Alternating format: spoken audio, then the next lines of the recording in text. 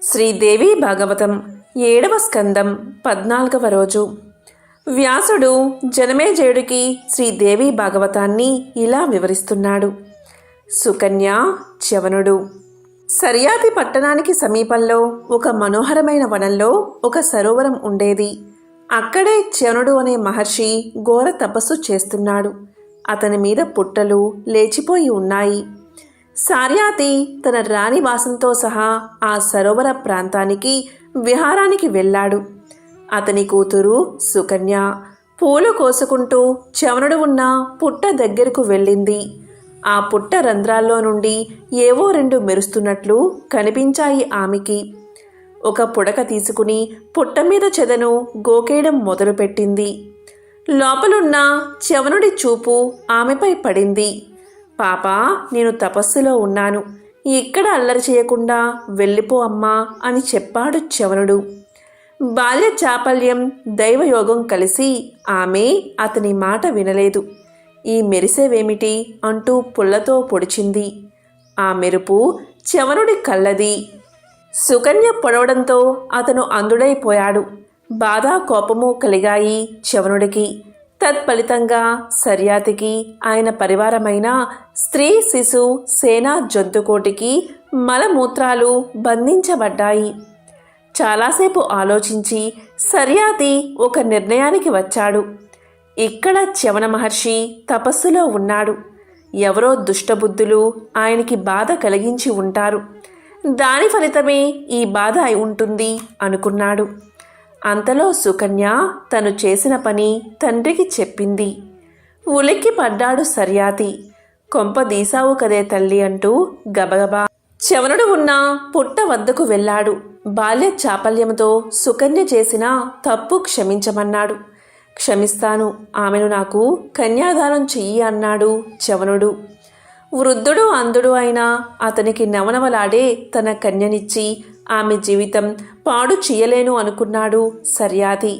కానీ సుకన్య ముందుకొచ్చి, తప్పు నాది, నా వల్ల మీరందరూ బాధపడవద్దు, నేనే ఆయన పరమైపోతాను అని పలికింది. నగలు వస్త్రాలు పరిత్యజించింది. సారు చీరలు కట్టుకుంది.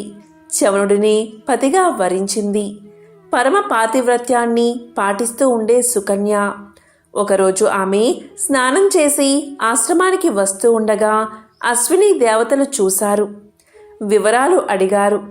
ఆమె తన చరిత్రంతా చెప్పింది. విన్న అశ్విని కుమారులు ఆమెను ప్రలోభపరచడానికి ప్రయత్నించారు. ఆ ముసలాడితో ఏముంది సుఖం, మాతో స్వర్గానికి రా, నీ వంటి సౌందర్యవతికి ఈ కటిక ఆశ్రమవాసం నప్పలేదు అన్నారు. చలించలేదు సుకన్య. పతివ్రతా ధర్మాన్ని తప్పనని చెప్పింది. ఆమె దీక్షకు ఆశ్చర్యపడ్డ అశ్విని దేవతలు ఇలా పలికారు. సరే అమ్మాయి, మేం దేవ వైద్యులం, నీ భర్తకు కళ్ళొచ్చేలా చేస్తాం, మాలాగే యవ్వనము అందము వచ్చేలా చేస్తాం, అప్పుడు మా ముగ్గురిలో ఒకరిని భర్తగా ఎంచుకో అన్నారు. ఆ ఒప్పందానికి ఆశ్చర్యపడిపోయింది సుకన్య. ఈ వార్త చ్యవనుడికి చెప్పింది. చ్యవనుడు నవ్వాడు. ఒప్పుకో, అశ్విని దేవతల్ని వెంటనే నా దగ్గరకు తీసుకురా అన్నాడు. అశ్విని కుమారులు చ్యవనుణ్ణి ఒక సరోవరం వద్దకు తీసుకెళ్లారు. తమతో పాటే అతనిని అందులో మునగమన్నారు. మునిగి లేచేసరికి ముగ్గురు ఒకేలాగా ఉన్నారు. ముగ్గురు యవ్వనులు, ప్రకాశవంతమైన నేత్రాలు కలిగి ఉన్నారు.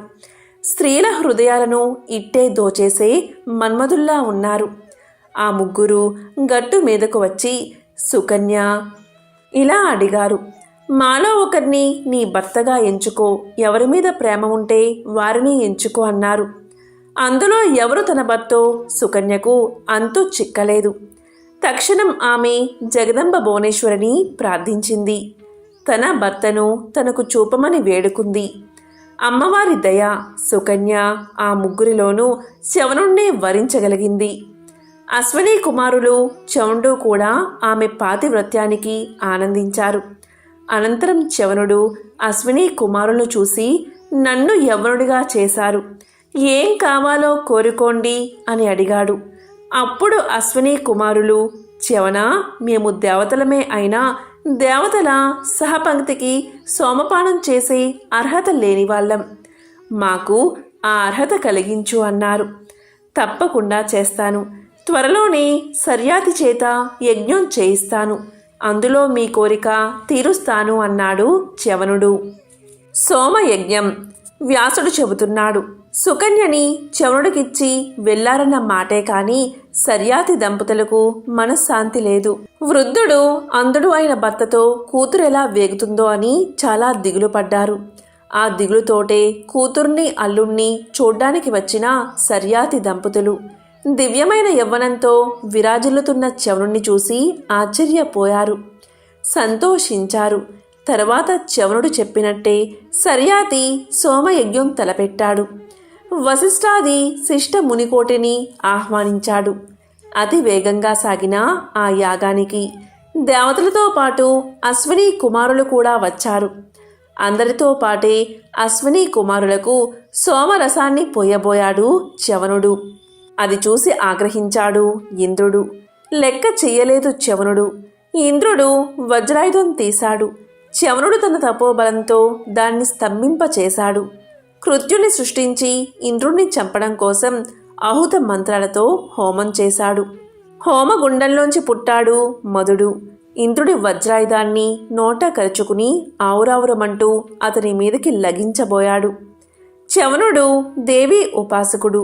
ఆయన సృష్టించిన మధుణ్ణి ఎదురించడం ఎవరి వల్ల కాదు. ఆయన్నే శరణకోరు అని సలహా చెప్పాడు గురువైన బృహస్పతి. తప్పనిసరిగా ఇంద్రుడు చ్యవనుడి ముందు తలవంచాడు. అశ్విని దేవతలకు సోమపానార్హత ఇచ్చాడు. చ్యవనుడు సంతోషించాడు. ఇక నుంచి నువ్వు స్త్రీలు, కళ్ళు, జూదం, వేట ఉండే ప్రదేశాల్లో ఉండమని మధుణ్ణి పంపేశాడు. సర్యాతికి ఆ యజ్ఞంతో గొప్ప పేరు వచ్చింది. యజ్ఞస్తంభంతో పరోపకారానికి చ్యవనుడి ఆశ్రమానికి గొప్ప కీర్తి లభించింది. రేవతి కళ్యాణం. ఆ సర్యాతి కొడుకు అనర్తకుడు. అతని కొడుకు రేవతుడు. అతనికి 100 మంది కొడుకులు, రేవతి అనే కూతురు ఉన్నారు. రేవతికి తగిన వరుడు ఎక్కడా లభించకపోవడం వల్ల రేవతుడు ఆమెను తీసుకుని బ్రహ్మ వద్దకు వెళ్ళాడు. సృష్టికర్త, ఈమె నా కూతురు రేవతి. తగిన వరుడి కోసం ఎంత వెతికినా దొరకలేదు. అన్నీ తెలిసిన వాడివి నువ్వు. తగిన వరుడెవరో నువ్వే చెప్పు అని అడిగారు రేవతుడు. అందుకు బదులుగా నవ్వుతూ బ్రహ్మ ఇలా పలికాడు. రేవత, నువ్వు చూసిన రాజకుమారులెవరూ ఇప్పుడు భూలోకంలో లేరు. నువ్వు భూలోకం నుంచి బయలుదేరి 108 యుగాలయ్యింది. అంతా కాలగర్భంలో కలిసిపోయారు. వాళ్ళ కొడుకులు, మనువులు, బంధువులు కూడా లేరు. ఇప్పుడు భూలోకంలో 28వ ద్వాపర యుగం నడుస్తుంది. నీ వంశంలో వాళ్ళంతా మరణించారు. నీ నగరం రాక్షసుల పాలైపోయింది. ఇప్పుడు చంద్రవంశరాజులు పాలిస్తున్నారు. ప్రస్తుతం నారాయణముని శ్రీకృష్ణావతారంతో ద్వారకలో ఉంటున్నాడు. అతని అన్న బలరాముడు నీ కూతురుకు తగిన వరుడు. రేవతి బలరాములకు పెళ్లి చేసి నువ్వు తపస్సు చేసుకో అన్నాడు బ్రహ్మ. అక్షరాల ఆయన చెప్పినట్లే చేశాడు రేవతుడు. వ్యాసుడు అలా చెప్పగానే జనమేజయుడు ఉత్సాహంగా ముందుకు వంగి, రేవతుడి బ్రహ్మలోక యాత్రకి 108 యుగాలు పట్టింది అన్నావు. మరి ఆ తండ్రి కూతుళ్ళు ముసలివాళ్ళు కాలేదా అని అడిగాడు. అప్పుడు వ్యాసుడు ఇలా చెప్పాడు. బ్రహ్మలోకంలోనూ ఆ యాత్రలో కూడా ఆకలి, దప్పిక, ముసలితనము, మృత్యువు ఇవేవీ ఉండవు. తర్వాత కదా చెబుతాను విను అంటూ వ్యాసుడు ఇలా చెప్పసాగాడు. కకుత్సుడు. రేవతుడు అక్కడ ఉండగానే రాక్షసులు సర్యాతి వంశాన్ని అస్తవస్త్యం చేశారు. దాంతో వాళ్ళు కులస్థలం వదిలి మేరు పర్వతానికి వలసపోయారు. దొరికిన వాళ్ళనల్లా చంపేశారు రాక్షసులు. మిగిలిన వాళ్ళల్లో క్షపుడు అనే మనువుకు ఇక్ష్వాకుడు పుట్టాడు. నారదోపదేశంతో భగవతిని ఆరాధించి ఆమె దయకు పాత్రుడయ్యాడు.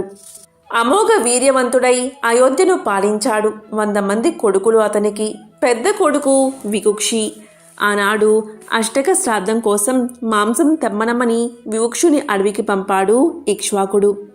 వేటలో అలసిపోయి వివుక్షి ఒక కుందేలును చంపి కొంత మాంసం తను తినేసి మిగిలింది తెచ్చి ఇచ్చాడు శ్రాద్ధానికి. అది కనిపెట్టాడు వశిష్ఠుడు. ఇక్ష్వాకుడికి చెప్పాడు. తినగా మిగిలినది శ్రాద్ధానికి పనికిరాదు అన్నాడు. అందుకుగాను ఇక్ష్వాకుడు వివక్షుని ఇంట్లోంచి తరిమేశాడు. ససాదుడని నిందించబడ్డ ఆ వికుక్షే తండ్రి బ్రతికి ఉన్నంతకాలం అడవిలో తిరిగి అతని అనంతరం అయోధ్యకు తానే రాజయ్యాడు. ఆ ససాదుడని కకుత్సుడని ఇంద్రవాహుడని పురంజయుడు అని కూడా అంటారు. ఎందువల్ల అని ప్రశ్నించాడు జనమేజయుడు. అప్పుడు వ్యాసుడు ఇలా ప్రారంభించాడు. ఓసారి రాక్షస పీడితులైన దేవతలు విష్ణువు సలహాతో ససాదుణ్ణి ఆశ్రయించారు. ఇంద్రుడు తనకి వాహనమైతే రాక్షసుల్ని చంపుతాను అన్నాడు ససాదుడు. ఇంద్రుడు ఎద్దుగా మారాడు.